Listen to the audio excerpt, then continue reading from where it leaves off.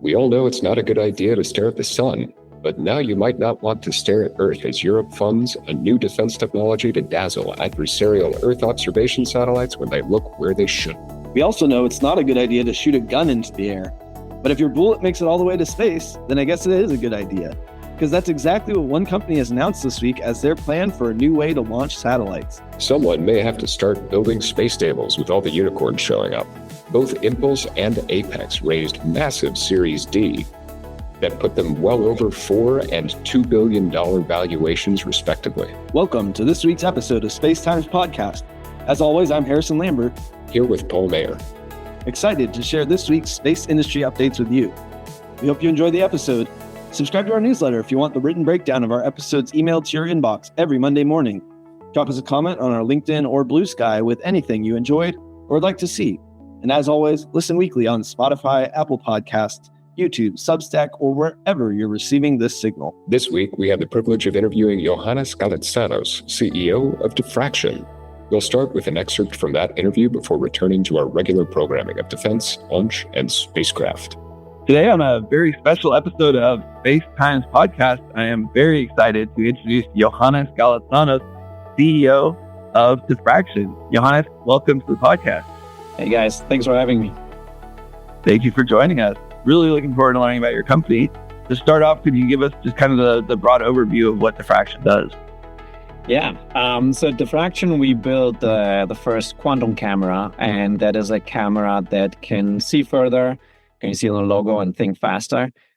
See further means it can see beyond what a conventional camera can see with a particular lens, and about 20 times or so further in many use cases that we're looking at. But at the same time, it also does inference at speed of light. So you can actually understand what you're looking at the speed of light.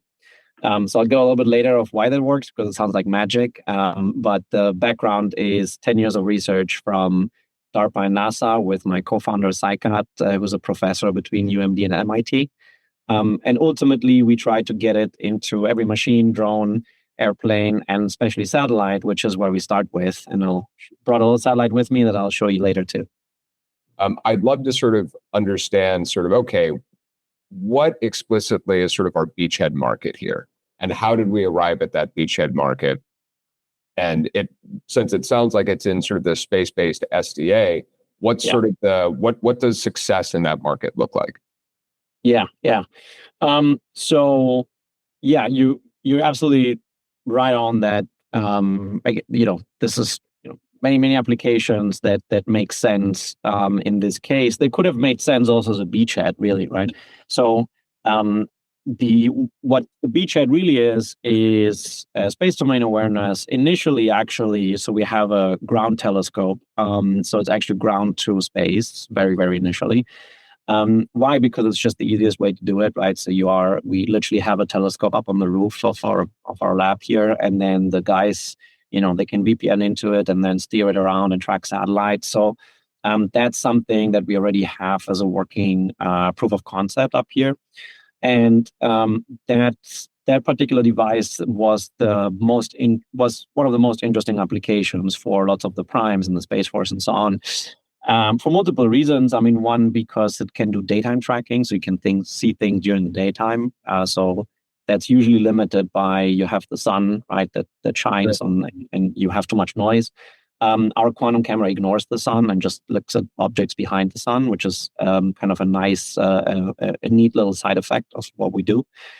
But so that's the easiest thing we could have done, and that's where we started.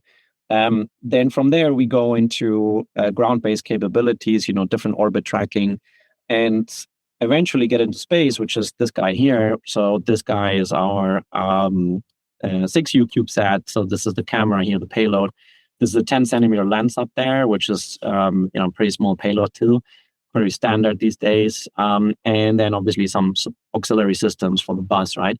But this kind of a little CubeSat here has the same resolution as the big Maxar birds, right? So if you think we're Vantor birds, right? If you think about the 1.5 meter or so lenses, which cost you 100 million upwards, this one costs you 2 or 3 orders of magnitude less than such big satellite systems. Wow. So in space, the the whole unit economics go wild, right? Even on Earth, they go wild because you can make a tiny telescope into the world's most powerful telescope.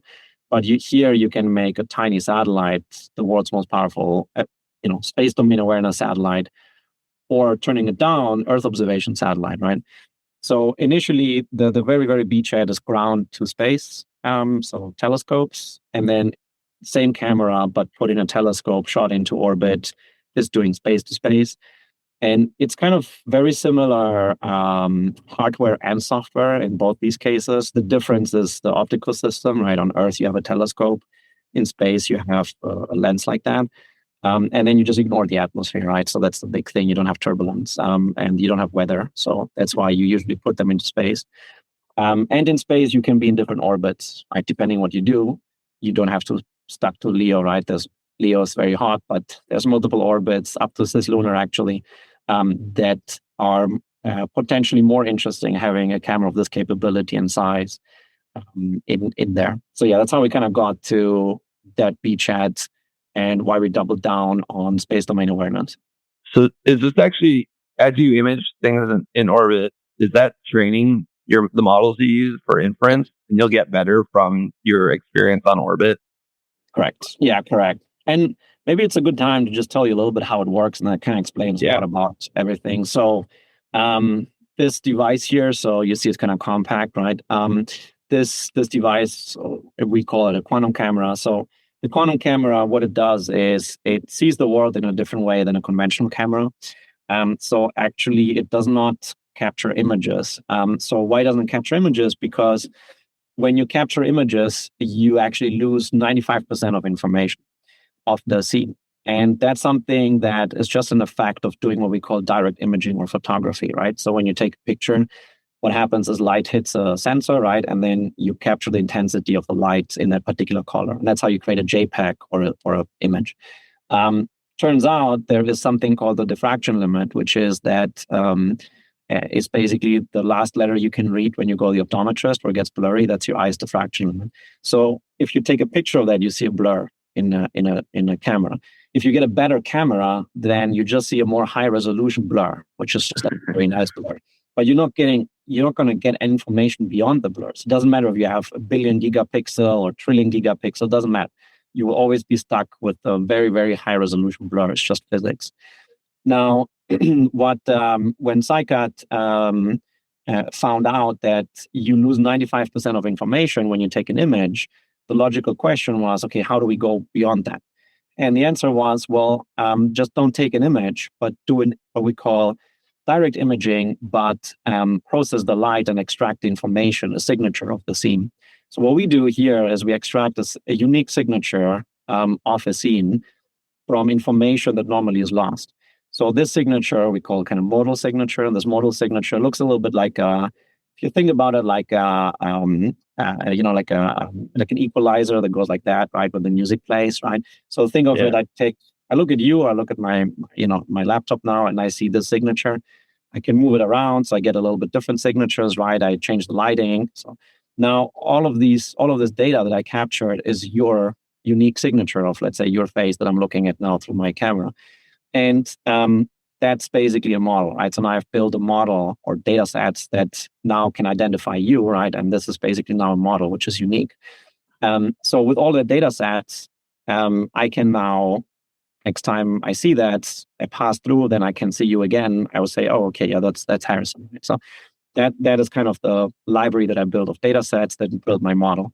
And ultimately, what we want to do is like get a lot of cameras to a lot of people and gather a lot of data. And that means we have both the library of ground truth, the library of data that we have, and then the models that go with it. So when you want to buy the camera, you can buy the camera, but you point it somewhere, you just see like a random mode, right? You don't actually see a JPEG. So you don't know what you're looking at. But if you get our library too, now we help you understand what you're looking at. So the main value of the company won't even be the camera. It's just going to be the data and the models that we give you with the camera. So that's why we want to send this guy into space early, look at different things, gather this data set, and then get it to as many hands as possible, gathering as much data as we can to build these libraries.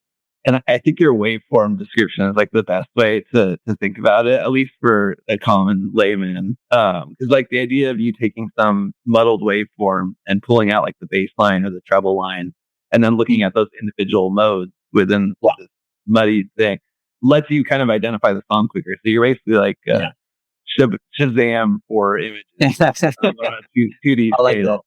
that. So I like this Shazam. Yeah. Like one of the ways that we're really expecting to see a lot of, I'll say, innovative sort of Earth observation solutions come in is for sort of early missile detection, and we're similarly seeing a lot of need for really accurate, fast, low latency space domain awareness for RPO and remote proximity operation. Can you talk a little bit more about sort of those specific use cases for the quantum camera? Yeah. So generally speaking, I mean, see further, think faster, right? So you're thinking about applications where things are small or far away and they move fast, right? And you need a fast inference. So kind of what you described as the universe of things that require these specifications because either they move very fast or you move very fast. Let's say if you're in orbit, right, then the Earth, you are going 20,000 miles an hour, right, in low Earth orbit. You want to look down. The faster you can actually do inference, the less time you need to kind of concentrate on like one image, right? And that means you can move around and get a greater area coverage, right? So that's for Earth information, for Earth observation. The second thing that's very important for Earth observation is that you get a conventional satellite can only see about 10%, process 10% of images. Why? Because the images are just too big, right? So gigabytes, terabytes of imagery. So actually most Earth observation satellites are actually just floating hard drives, right? Filled with images that they cannot send down to Earth because they're just so restricted. And even when you send them, they need to be processed, right? So the latency you have from taking an image till a decision is taken and you have some inference of what's going on Earth is hours, sometimes days, right? Or maybe never, right? For 9 out of 10 images. So the big problem is inference at the edge and processing images and then downstreaming them at the edge. And that's exactly where this guy comes in, which is small package sends or, small package as a satellite, but now it's in orbit. It has processed the information at speed of light, and now you only have a compressed kilobyte signal you need to send back to Earth. Sure. So that kind of solves all the issues of Earth observation, which is kind of, the price of the thing, the area coverage, the revisit time, and the inference time. So that's fantastic for Earth observation, clearly. Same thing, maybe more important when you're looking at missile defense applications, right? In that case, you have some hypersonic vehicle or an intercontinental one. Now that's very fast, can change direction very fast. And obviously you want to know ASAP. And sometimes you also want to have an inference ASAP, right? So you want to have basically that communication and understanding happening in orbit. You don't want analysts downloading gigabytes of JPEGs while that missile is flying at you, right? So you want to know, is that what I think it is? Is that a decoy? What's going on, right? So that kind of information, what you want to find out, and you want to know it quickly, right? If you take too much time, then, that's going to be a bad day for everyone. So you want to build these capabilities in orbits or at the edge. And that's exactly what this does too. So again, extremely, extremely potent for that. And the third application you mentioned, which is RPOs and fragmentations, right? So and mechanism deployments in orbit, which is you have non-cooperative vehicle up there, and then you're looking at they do a maneuver, right? You want to know what did they do, right? But also, did they deploy a mechanism? Did they fragment something out, right? Is something launching from there that's very bad? So all of these things you want to know very quickly, and then if you can take some avoided action, right? You don't want to get a JPEG coming to you from geo, right? And then you have to process it, and then 10 hours later you send back, take a step left, right? So by that time, it's already way too late. But you want to have that kind of decision making very fast. So the idea is, speed of light inference, send down something extremely quickly, take a decision of what's going on in that mission right from RPO. So those kind of things are key capabilities of what this camera can do. And they are actually the easiest capabilities for this camera. So these are already proven capabilities that our telescope can do. So this is the lowest hanging fruit from. That was the lowest hanging fruit, exactly. Yeah, but also one of the most important fruits. It's a growing fruit that a lot of people want, and that it's becomes a good combination. Exactly. Yeah. Well, Johannes, thank you so much for joining us this morning. It's been a fabulous conversation, learning more about everything that you're working on at Diffraction and all of the implications of the technological innovation that you've made. How can we in our audience help you? Who do you want knocking on your door? Who can we send your way? Yeah, please do send. A already kind of threw in, we're hiring. So first of all, if you want to come in, please, especially if you understood the first part of the conversation, then do apply. Secondly, if you want to buy, we want to get this to as many partners as we can and, across different orbits, different applications. So if you're interested that you can upgrade your payloads with this kind of camera, do reach out. And then lastly, also, if you think about any kind of other cooperation partnership that you can think of or other applications we haven't even thought about, do reach out. Always love to learn about that and understand your use cases for this. So please do reach out. I don't know if there's an email or something in here, but maybe we can just... Well, thank you so much for joining us, Johannes. It was an absolute pleasure. Hey, Paul. Harrison was great. Thank you so much for having me. Hey, have a good one. So this week, our main topics include defense, launch, and spacecraft. To start things off in the defense sector, we've had some major moves on some contracts that we've been talking about for a while now, but I wanted to start off with a pretty unique one that I saw come out of Europe, which is that Odysseus Space has won a 5.2 million euro contract to blind enemy satellites. So this is under Europe's EO blinding program. Pretty easy to back out what that stands for, Earth Observation Blinding. And it's exactly what it sounds like. They want to use lasers to blind Earth observation satellites if they're looking where they shouldn't be. So this reads to me like, military bases. They do use a kinder word for it. They call it dazzling, which kind of reminds me of like chaff and flare for some defense applications. But it's a very interesting contract for them to win because Odysseus Space is a laser optical terminal company. So they do optical inter-satellite links and communication. This is a interesting repurposing of that technology.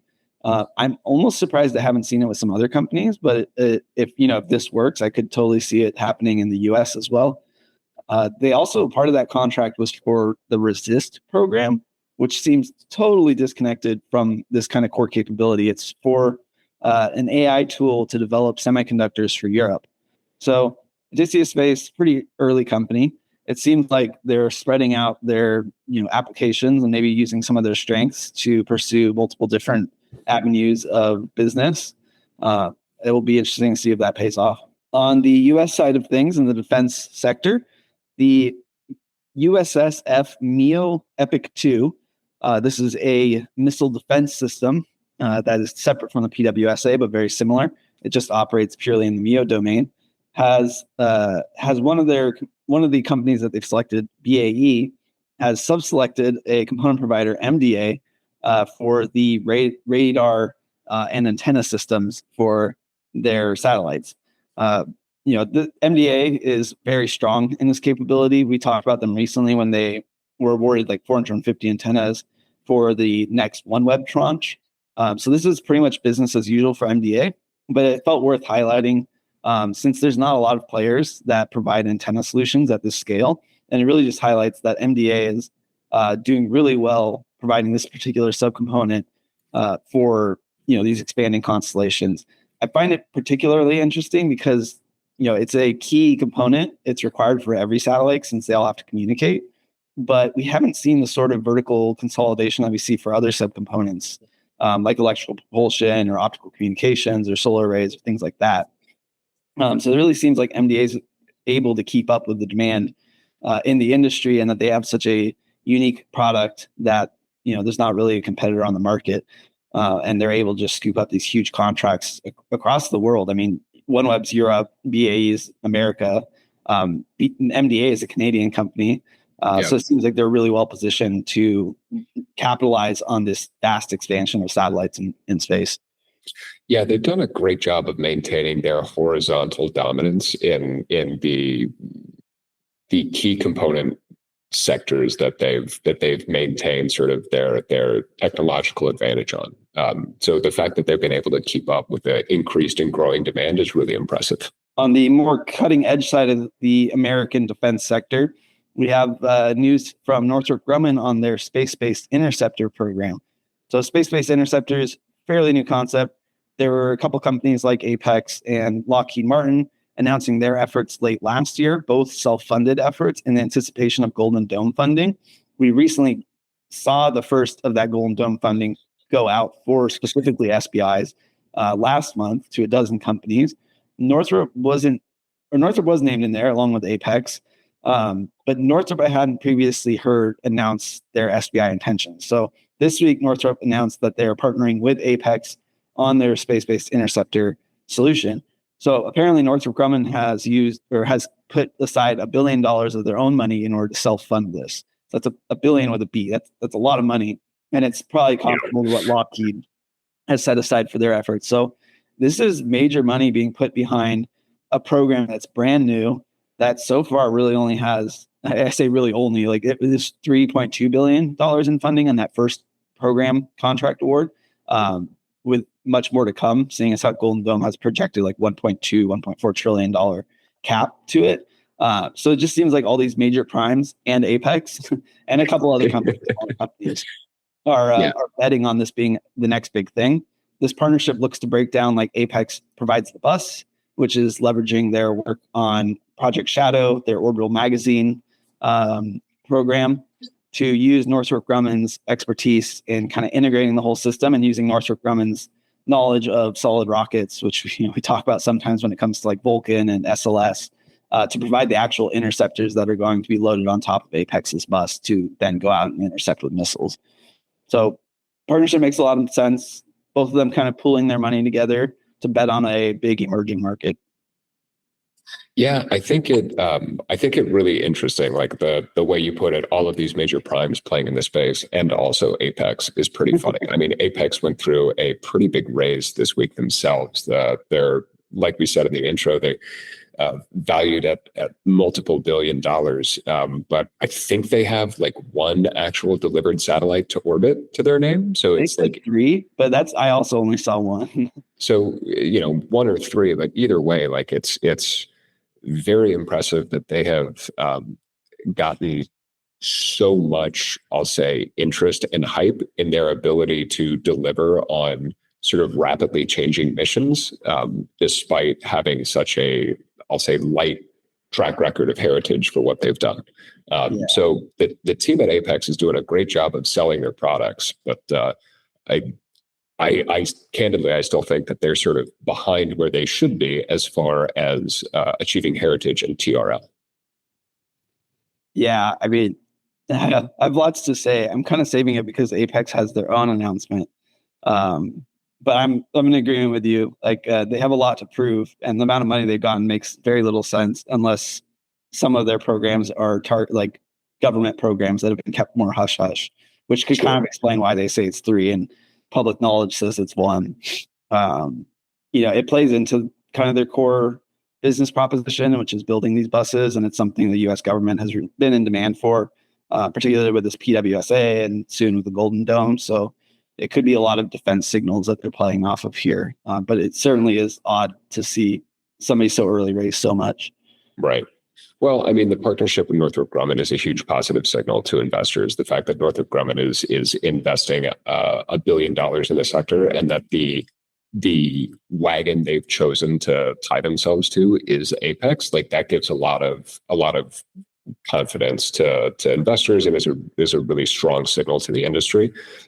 Though I think you're probably right that like a lot of the reason why Apex is able to achieve that level of confidence and that sort of partnership is probably just not publicly available information, because Northrop Grumman wouldn't be working with a complete unknown. They'd be working with somebody that has already been vetted somehow.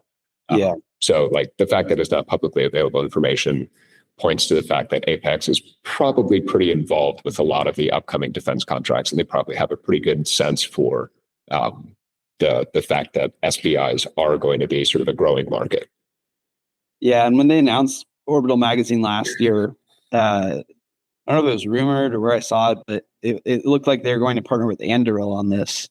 So I don't know, what is your take on like partnering with Northrop Grumman? To me, it seems like a better endorsement of what they're able to do. I would agree with that. Like, again, Anduril has effectively been trying to buy their way into the space industry. So again, like for all we know, maybe they already did partner with Anduril, and maybe that's something that hasn't been publicly released. But Anduril has been trying to sort of buy their way into the space industry. So this would be sort of like two hypothetically unproven and two hypothetically sort of untested newcomers to the space industry. So like working with Northrop Grumman, who is very much one of the big kids at the table, so to speak, like that very much is a better signal, and it sort of matures and validates Apex, I would say, probably more than a contract with Anduril's space programs at this point. Yeah, I'd agree. So on the launch side of things for this week, we have a couple of strange announcements, not traditional launch kind of capabilities coming out. The first is that Starfighter Space has raised $17.5 million. So this is a air to space launch company that went public before they've ever done any operations that I'm aware of, earlier this year at $40 million. So pretty close off the back of their IPO, they're raising another 17.5. And this I'd be interested to get your take on. Well, to make it clear, this 17.5 million is to develop their Star Launch 2, which is their next generation system. They're expecting to deliver in the next 18 to 24 months, at which point they will, in that timeline, they will demonstrate that they're actually able to inject a satellite into orbit. What I find interesting about this is that the 17.5 million was from a private placement, which I don't know the ins and outs of a public market, but it sounds sort of separate. And that's kind of where I'm hoping to get your take on this.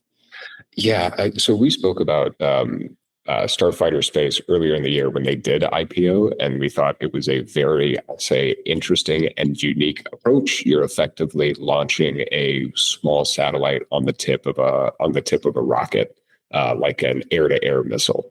Yeah. And so like, okay, great.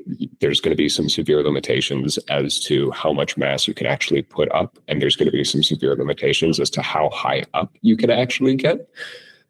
So I still am skeptical as to what the actual sort of customer base is. I'm still skeptical as to like what satellites fit that sort of altitude and mass profile, and how much demand there is for a cheaper launch provider in that sector. Because I'd imagine that it's pretty small, but there might very well be a lot of military applications for getting small things up quickly in rapid succession. But you know, this would all be sort of stuff that we wouldn't really have a whole lot of insight into. But you know, doing a 40 million IPO and then raising almost 50% of that again in just a few months is very unique. So I think it probably is not the strongest sign for the company that it went public in a clear attempt to try and raise capital as opposed to return money to investors, and now they're out trying to raise capital again. I appreciate that they're trying something new. I appreciate that they're trying something unique, but it seems like they are out over their skis, for lack of a better phrase, and that the capital needs of the mission they're trying to accomplish probably exceed the revenues they're going to really be able to generate in the near to immediate future. Yeah, I know last week you mentioned how, you know, it makes sense if they go to the IPO market, they were struggling to find private capital, given that it's not a very venture capital workable company. So to go public, but then to go and get private money, like you said, seems pretty odd. Yeah, it's unique. It's definitely unique. Unique is not always bad, but this reads to me like on paper, what I'm reading from this is, oh, this company is starving for capital, and you know, they're raising from a place of duress, is the immediate sort of assumptions that I'm making from all of this. And so, whether or not I wanted to invest in them would then wholeheartedly boil down to whether or not I think that the market they're pursuing is lucrative enough to warrant any sort of return on what they're doing. And I just don't know if the market that they're pursuing is actually big enough. I would imagine it's a very small market. Yeah. Well, speaking of unique, Longshot Space this week unveiled their Glow Rider. Now, Longshot Space is a space gun company. Very rare in our industry. Spin launch is kind of the notorious one amongst these sort of single stage to orbit launch platforms that completely bypass rockets, but not completely bypassing. Spin launch has a second stage rocket effectively. But Longshot is taking a very unique approach, which is to use gas cannons. So a long pipe where you load a satellite, and then as it goes down the pipe, they keep injecting more and more gas into the chamber until it reaches escape velocity and then gets ejected out the end. The announcement this week is that they've developed Glow Rider, which is effectively the container in which they place the satellite that then loads into the gun. I'm not sure why this is a separate announcement from their entire system. It seems kind of critical to operating this whole thing, but it seems like up till now, all their work's been on getting the actual gun part of it working. And now they have a functional vehicle that they're ready to start testing out. So they've had some good traction. They've started building out, or they've started surveying some sites to actually build out their full scale system. And now with this Glow Rider, they'll be testing out its capability at hypersonic flight. So it's a container that is modifiable to fit the hypersonic profiles of different launch profiles. So it's not one single container, but it's a container that can be modified in order to optimally fly through this gun, then through air, and then inject into orbit. Moving on to spacecraft, first and foremost, Impulse Space has raised a $500 million Series D round, co-led by 137 Ventures and Banner VC. This brings their total raised to date to over $1 billion, and this is intended to support hiring and manufacturing scaling. Yeah, another company that's certainly odd to be raising so much money so early. Like Apex, they've only launched 3 satellites, but from all reporting on it, those satellites are performing well. The part that I find odd is not so much whether they're able to build the satellite, but whether the demand is there. There's certainly a growing demand for space mobility, which is what Impulse Space plays in, as their orbital transfer vehicle has a chemical thruster that's able to move spacecraft around very quickly. So they're targeting a market of logistics in space. They always talk about moving a spacecraft from a rocket to its final orbit, but there's certainly implications that this could be used down the line for resource transfers for things like infrastructure and in-orbit manufacturing, and possibly a lot of the signal to me reads like they're playing off of the defense demands for space mobility, like we saw with True Anomaly a few months ago, or like a month ago when they raised $650 million, bringing their total raise over $1 billion. Reads very similarly to this Impulse Space. I think the main factor for them is their founder, Tom Mueller, was employee number 1 at SpaceX. So I think he has a lot of clout, and that's, bringing the money into his company. And if that means that, they built a satellite that works and now they're just trying to scale it out, hopefully they're able to find the demand for that, and that they're actually, building out to meet that demand and not just building because they can. Yeah, their suite of orbital transfer vehicles, I think, is one that's really interesting. Just the fact that OTVs just a few years ago were such a forward-facing market. The fact that they've been able to raise so much capital indicates the demand that is already there. So their Caravan 1 and Geo Express 1 that are both launching in 2027 are already fully booked, and they do have multiple Leo Express missions on their Mira, on their Mira platform, which have gone up over the past few years, that are currently operating in space, able to perform able to perform sort of drop-off orbits there. But it's a pretty big signal from the defense and the commercial community to really sort of mature this OTV segment of the market is real and is here. It's no longer a theoretical sort of space logistics play that's coming in the next 3 to 5 years. It's here. People are already purchasing these services to get from LEO to GEO, giving them sort of cheaper launch costs. Additionally, as we already alluded to, Apex Space raised a $200 million Series D led by Interlagos at a $2.3 billion valuation. This is reportedly to support their vertical scaling and business pursuits, which I read as effectively this is $200 million for them to go out and acquire a couple of companies in some of the key supplier components that they would need. I'd imagine that they'd be looking at the success that Rocket Lab and New York Space have achieved in shoring up their respective technological moats, and that Apex is intending to do something similar by vertically integrating and trying to build their own sort of vertical moat where they aren't subject to any of their potential competition's component suppliers. Yeah, this is very much what they alluded to in their announcement. They've recently finished their onboarding of Phase 4, which they had bought portions of recently for their on-orbit propulsion, their electric propulsion solution. So very similar to what we saw with York acquiring Orbion and Rocket Lab announcing Gauss. There's definitely been a critical component bottleneck on acquiring electric propulsion.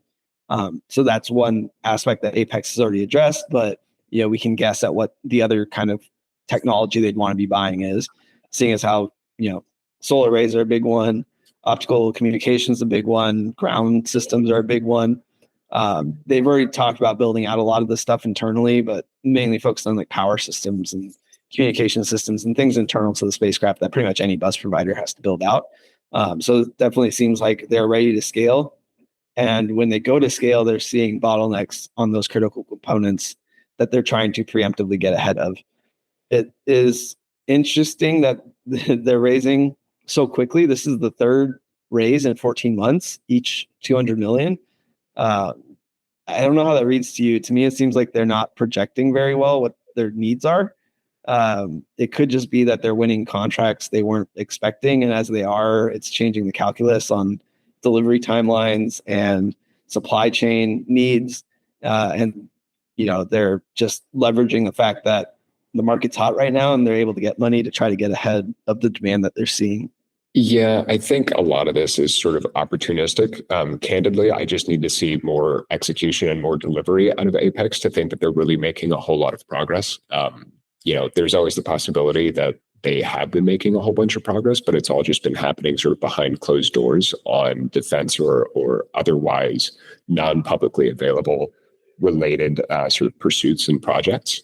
But sort of the way that I'm reading it is that they've been, their initial thesis was that we're going to build highly expendable, like high throughput buses for, cost leadership buses, basically. That was sort of their initial thesis. And they've sort of pivoted from there multiple times, or at least it sort of seemed like they have pivoted from there multiple times. Like they're sort of chasing where they think the sort of next big market is going to be. So I would not be surprised if they had a really robust government biz dev team that was working really hard and was getting them sort of a lot of good signal and a lot of good shots on goal as to where they can go and win a lot of these big government contracts. I wouldn't at all be surprised if that were the case, but they've raised a lot of money and really don't have a whole lot to show for it. Like they have a bus, but they're now trying to build even bigger, more higher powered buses. They're now trying to build and service like different missions, despite the fact that they haven't actually launched anything for any of their previous product lines for the most part. So it does read as pretty sort of opportunistic. The most cynical reading is that they've sort of been pivoting and there's been some churn and it hasn't been a super consistent approach or strategy. The more favorable reading of it is that there's been a lot of progress and that things have been going really well, and they have some really strong government contracts and some really strong government contacts that haven't yet been made available. And so they've been servicing their customers where their customers are, and those customers just aren't publicly visible. Muon has unveiled some high-power buses themselves. The Condor Ultra for communications, sensing, and or orbital data centers is a 20 to 100 kilowatt, 18 meter squared platform. It's got a 25 to 100 gigabit per second Starlink intersatellite link, optical laser. It is another sort of push towards these massive high-powered buses that we've been talking about. So very quickly, the defining sort of metric for what type of satellite you're working with has gone from mass to power consumption.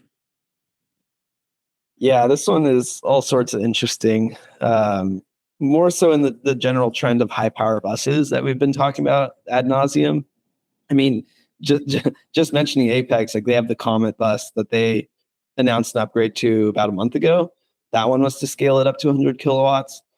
We talked about VAST pivoting to high power satellites. That's like 25 kilowatt range.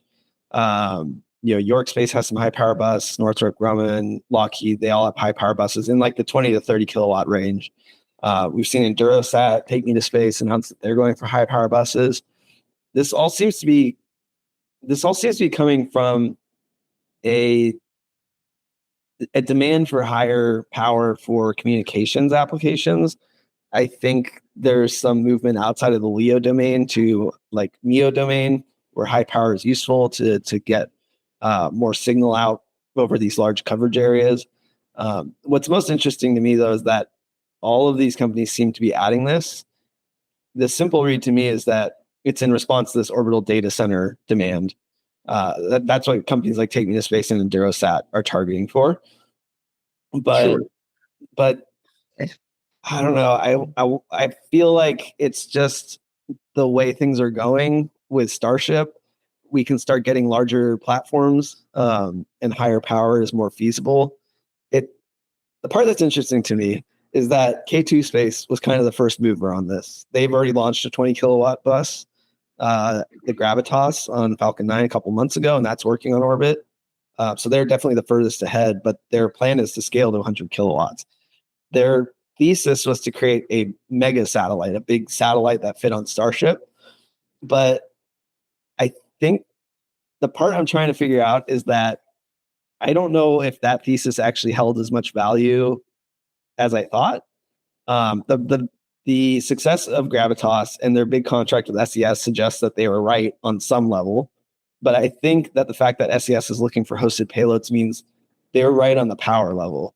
Like, power is the thing that people want to scale up, but footprint, not so much. This Muon announcement is interesting because that is a pretty large payload platform. But for things like orbital data centers, you don't need a whole lot of space. You just need a whole lot of power. So it makes me wonder if K2 doesn't quite have the advantage that you would think. It's great. They're a couple of years ahead deploying these high power satellites, but I'm almost thinking that these large platforms that they're pivoting toward, that they're designed for, are not actually value add. There's not many applications that require that. And if somebody can come in with a high power bus at a smaller footprint, then they could serve the same market at a more economical cost. That's not to say Gravitas couldn't scale down their satellite and just put their power systems into a smaller satellite, although that is antithetical to what their company is. It's just interesting to me to see all the different flavors of high power satellites. Some that are just high power for the sake of it, some that are high power for communications applications like we see out of the primes in York, or high power trying to anticipate this orbital data center need. It seems to break it into kind of three categories, but they all seem to be moving towards the same target, which is 100 kilowatts, which I think kind of sets the tone for the scale of satellite we'll see if orbital data centers come to be a proliferated system. Yeah, I think there's definitely something to the aspect of the sort of the satellite swap prioritization leaning. It's very much swinging towards power and away from weight, right? Like being able being able to deliver high-powered satellites is much more impactful than being able to do so like super mass efficiently. I would imagine that one of the next sort of directions is also going to be size, is going to be weight, so that, or excuse me, the S in swap effectively. So, taking up less volume. So I would say that power density in a satellite is actually going to wind up being one of the more meaningful metrics moving forward, that you can get a 100 kilowatt satellite in a smaller footprint with one particular bus provider than you can with another bus provider. Though I think that's at this point more of a function of the market not really catching up to the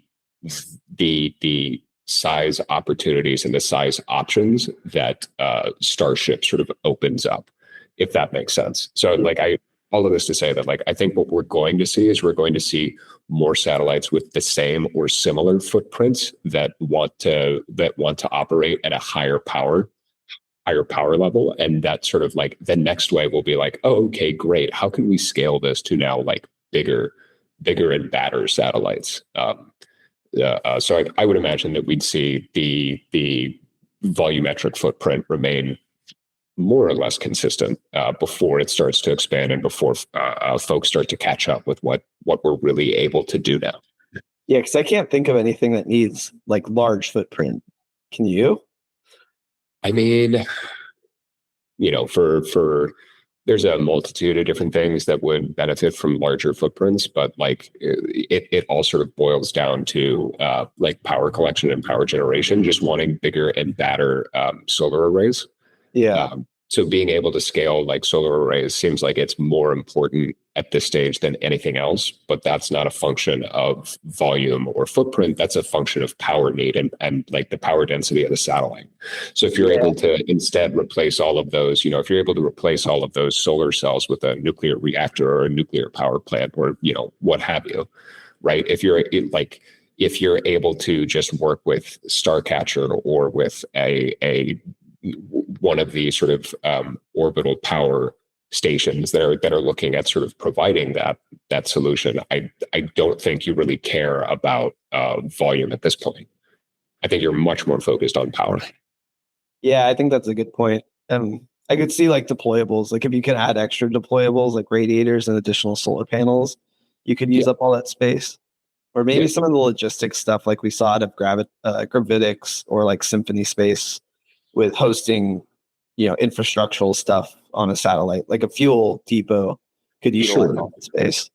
Sure. I would think that we're likely going to see power dense data centers going up before we start to see orbital welders or orbital manufacturing sites go up, just because, I think it'll take a little time for the market to sort of catch up to that now sort of available capability.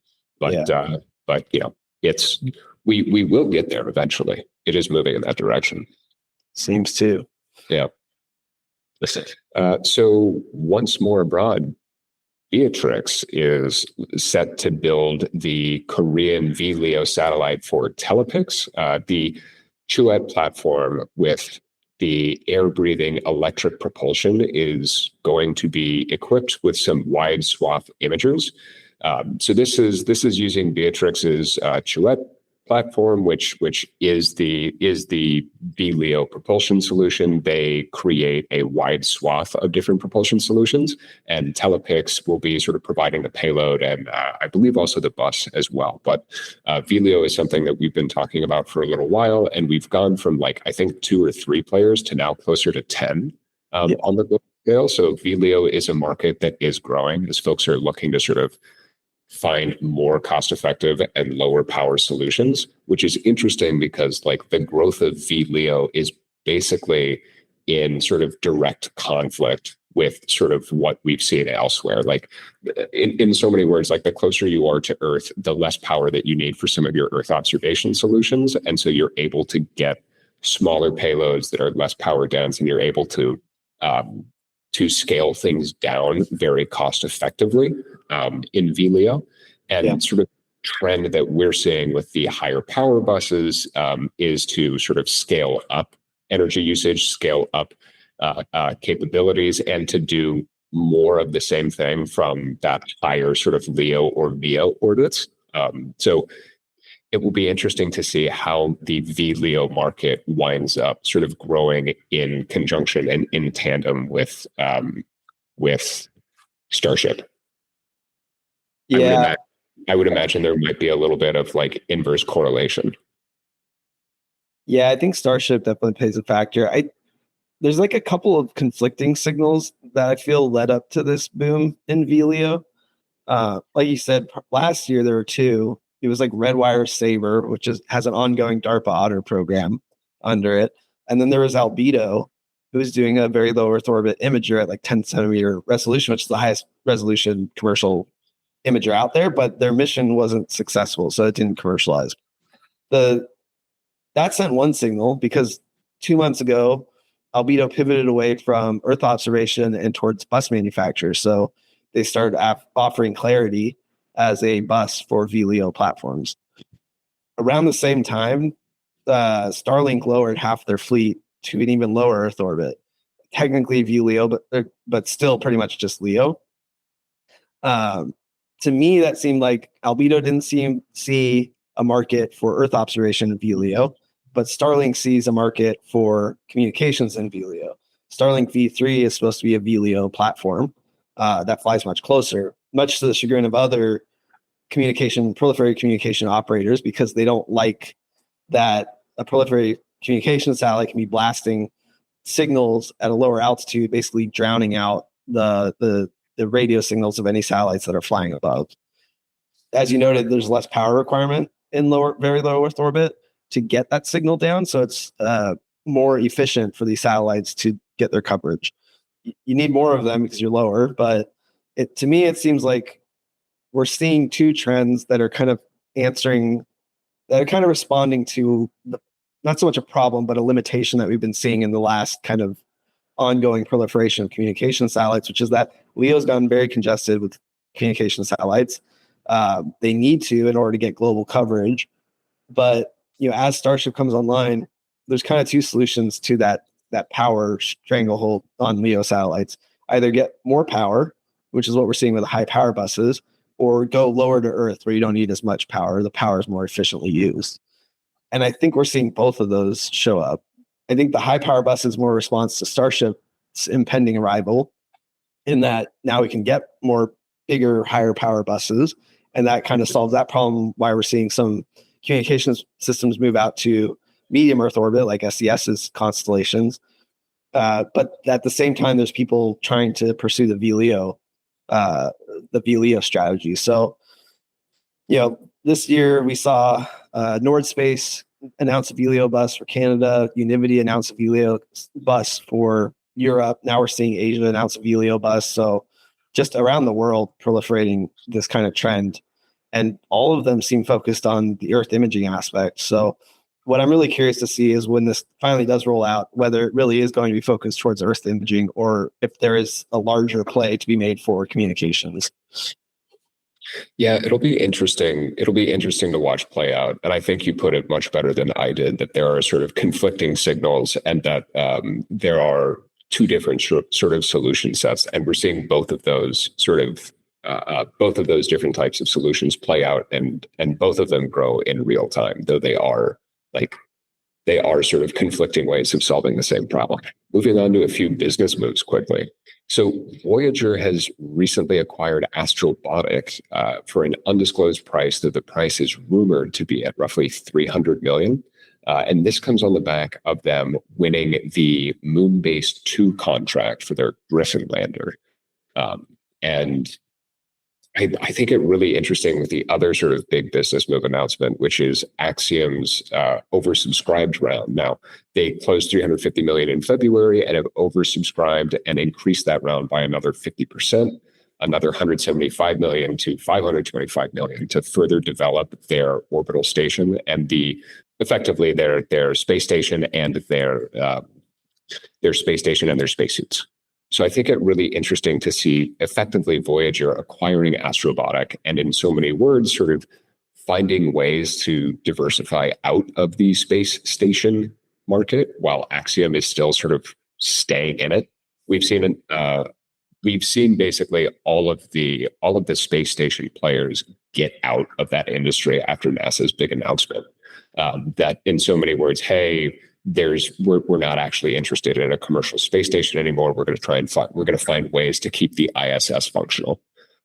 And so like it's interesting to see Cam Ghaffarian still able to raise sizable amounts of money when that remains their sort of stated end goal, and to at the same time see Voyager, who's one of the key contributors and one of the key investors behind Starlab, one of the key providers of engineering talent and expertise, to see them focusing and sort of pivoting and spending more of their time and energy on the moon missions and on Moonbase.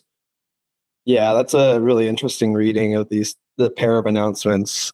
I think the one benefit for Axiom is that Cam Ghaffarian also owns Intuitive Machines, so they're already invested in the moon. Although interestingly, Intuitive Machines and Astrobotic were two of the notable missing players in the lunar lander announcement last week. So I found that kind of strange that Astrobotic would get bought out after that. I don't know if this is a fair read, but to me, it's like, oh, they missed out on that contract, so now they need to get bought to stay solvent. But that's a pretty big price tag. And as you said, they have the NASA Moonbase 2 mission. So that still uses the Griffin lander. They have the Peregrine lander. I think it does allow Voyager to expand out to the moon, where we're seeing a rapidly expanding demand for commercial solutions off the back of that NASA ignition announcement a couple months ago. I think between Axiom and Intuitive Machines, they're positioned well to kind of capitalize on that between the two companies. I'm sure there's some level of partnership there. But for Voyager, they kind of have to have their hands in everything, which is sort of the play we've been talking about. It's kind of a red wire play. But this expands them out to the moon, where there is still sort of a demand for commercial space station capabilities. They recently partnered with Max Space, which is the orbital habitat company that can launch an entire orbital habitat on a Falcon 9. That was read as positioning them towards lunar habitation or circumlunar habitation, which is something Axiom was also interested in.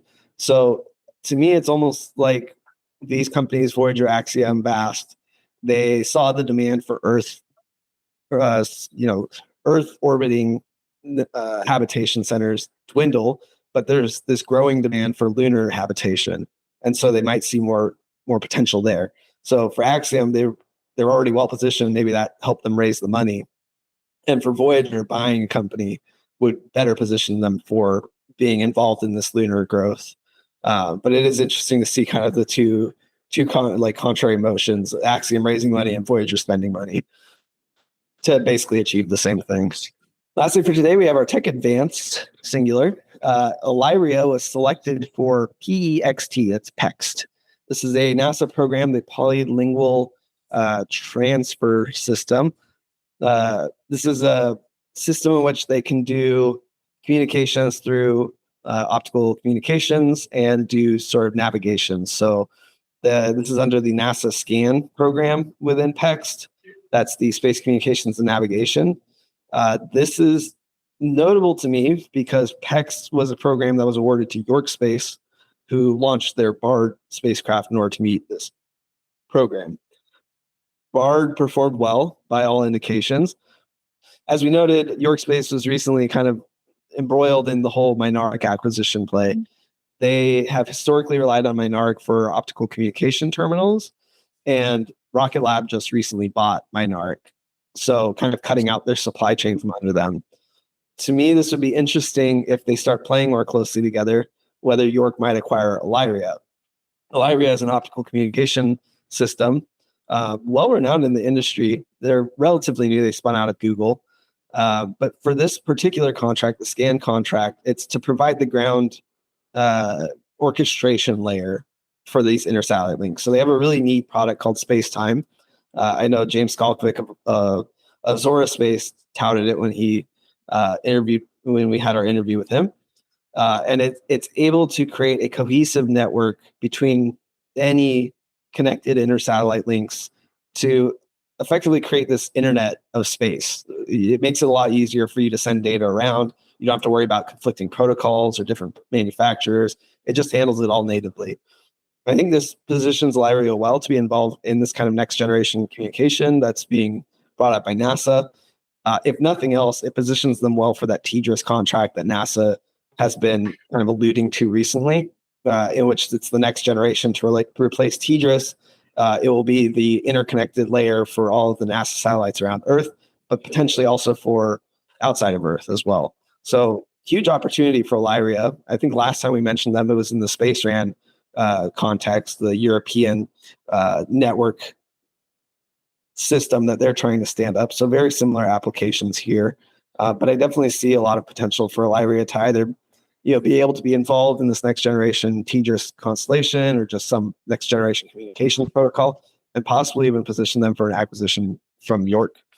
Yeah, I wouldn't at all be surprised to see York Space go after an optical terminal, specifically after the acquisition of Mynaric. That was something that we actually expected them to go after shortly after their IPO.